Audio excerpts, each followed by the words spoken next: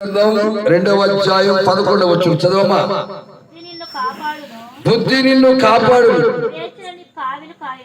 వివేచన నీకు కావలి కాయలు. అది దుష్టుల మార్గం నుండి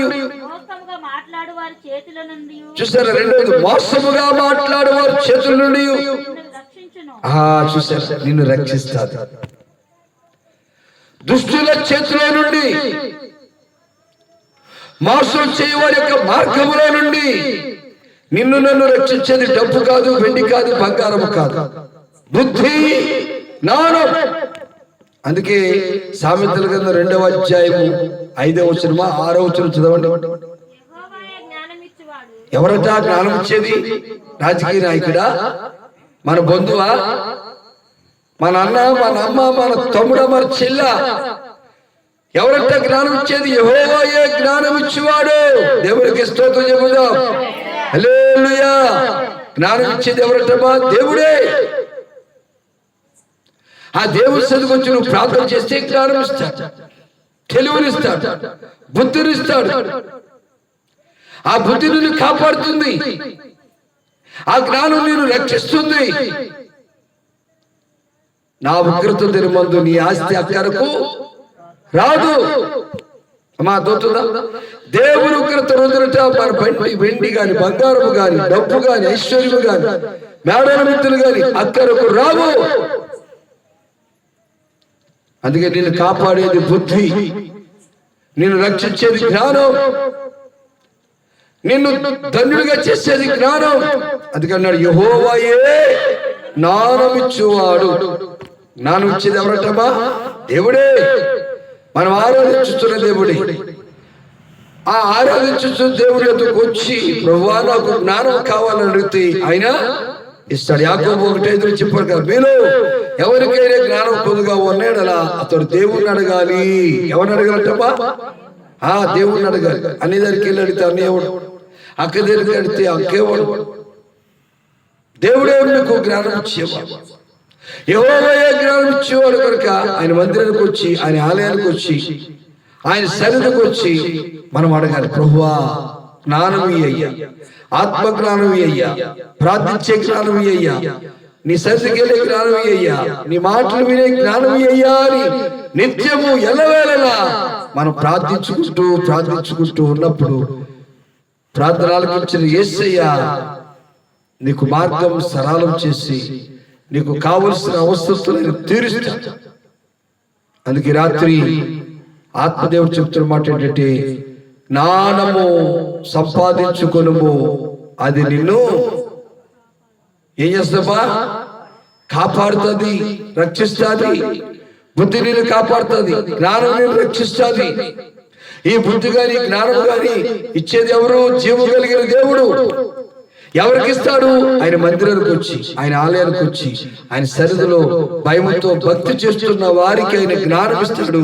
ఆ జ్ఞానం చేత వారు దేవుని పుత్రులారా ఏం చేస్తారు? వారి ఇల్లు వారు కట్టుకు, వారి సంసారాన్ని వారు సరి చేసుకో, వారి ఆరోగ్యాన్ని వారు కాపాడు, వారి పిల్లలను వారు కాపాడుకోగలుగుతారు. దేవుడే వారికి జ్ఞానం ఇచ్చేవాడు.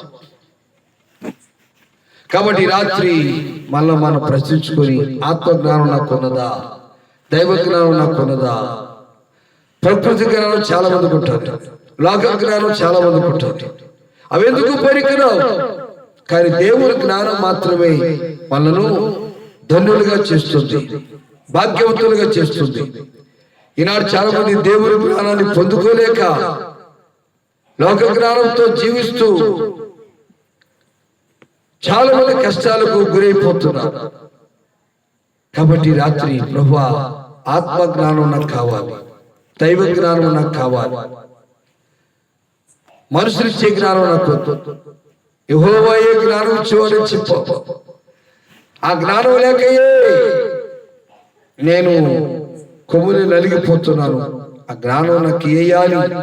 నువ్వు ప్రార్థించే వ్యక్తిగా ఉంటే దేవుడు తప్పకుండా నీ ప్రార్థన ఆలకిస్తా. అర్థమవుతుందమ్మా? మనం ఏమి సంపాదించుకోవాలని ప్రయాసపడాలి? దేవుడిచ్చే జ్ఞానాన్ని సంపాదించుకోవాలని ప్రయాసపడాలి. ఎందుకు? దేవుడిచ్చే జ్ఞానము నిన్నేం చేస్తుంది? నిన్ను కాపాడుతుంటుంది, నిన్ను రక్షిస్తుంటుంది. దేవుడిచ్చే జ్ఞానము, దేవుడిచ్చిన జ్ఞానము నీకు ఐశ్వర్యం ఇస్తుంది, నీకు ధన్యత ఇస్తుంది. దేవుడిచ్చే జ్ఞానము తన ఇల్లును కట్టుకునేట్టుగా చేస్తాడు, పాడు చేసుకునేట్టుగా చేసి బాగు చేసుకునేట్టుగా చేస్తాడు. దేవుడిచ్చే జ్ఞానం సంపాదించుకుంటే మనం ధన్యులు అవుతాం, దరిద్రులము కానే కావు. అందుకే ఈ రాత్రి పరిశుద్ధాత్మ దేవుడు చెప్తున్న సంగతి ఏమిటంటే, మనం మొదటగా చదువుకున్నాం కదా సామెతల గ్రంథం, తండ్రి తనకి ఇష్టమైన కుమారుని చూశారు. తండ్రి తనకి ఇష్టమైన కుమారు గద్దించు రీతిగా యెహోవా తాను ప్రేమించు వారిని గద్దించును. జ్ఞానమును సంపాదించిన వాడు ధన్యుడు, ధన్యుడు. జ్ఞానమును సంపాదించిన వాడు ధన్యుడు, దరిద్రుడు కాడు. కాబట్టి రాత్రి మనం ఆత్మజ్ఞానం సంపాదించుకోవాలి. ఆత్మజ్ఞానం సంపాదించుకోవాలంటే సుంకరివని ప్రార్థన చేయాలి. సుంకరి దేవుని ఆలయంలోకి వచ్చి ప్రార్థన చేశాడు, కన్నీరు కాచి ప్రార్థన చేశాడు, పట్టుదలతో ప్రార్థన చేశాడు, విశ్వాసంతో ప్రార్థన చేశాడు. ఆ ప్రార్థన ఆలకించిన యేసయ్య ఆ వ్యక్తిని దరిద్రతలో విడిపించి ధన్యుడిగా చేశాడు, బలహీనతలను తొలగించి బలవంతులుగా చేశాడు. మరి నీ పరిస్థితి ఎలా ఉంది? నువ్వు బలహీనరాలు ఉన్నావా? నువ్వు బలవంతుడు అవ్వాలంటే జ్ఞానం సంపాదించుకోవాలి. నువ్వు దరిద్రులుగా ఉన్నావా? ధనవంతుడు అవ్వాలంటే జ్ఞానం సంపాదించుకోవాలి. ఈ జ్ఞానం కొట్లో దొరికేది కాదు, షాపులో దొరికేది కాదు, దేవుని ఆలయంలో మాత్రమే దొరుకుతుంది, దేవుని సన్నిధిలో మాత్రమే దొరుకుతుంది. కనుక దేవుని సన్నిధికి వచ్చి దేవుని సన్నిధిలో నువ్వు ప్రార్థన చేస్తే దేవుడు ఆ జ్ఞానం ఇస్తాడు. ఎందుకు ఆ జ్ఞానం అంటే ఆ జ్ఞానము, ఆ బుద్ధి నిన్ను కాపాడుతుంది, నిన్ను రక్షిస్తుంది. ఒకటి కాపాడుట, నిన్ను రక్షించుట. మూడు, ఆ జ్ఞానము దరిద్రులుగా చేయదు, ధనులుగా చేస్తుంది. ఆ జ్ఞానము తన ఇల్లును కట్టుకునేట్టుగా చేస్తుంది, ఇంటిని పీక్కున్నట్టుగా చేయదు.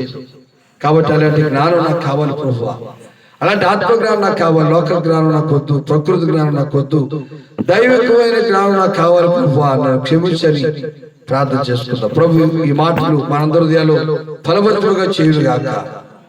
ఆమేన్. అందరూ కూడా మోకరించండి, ప్రార్థన చేసుకుందాం, ప్రార్థన చేసుకుందాం. ఈ రాత్రి ప్రభు నీతో, నాతో, మనతో సూచిగా మాట్లాడాడు. ఆయన మాటల్లో జీవం ఉన్నది, ఆయన మాటల్లో జీవం ఉన్నది. ఆ జీవం నీకు నాకు అవసరం.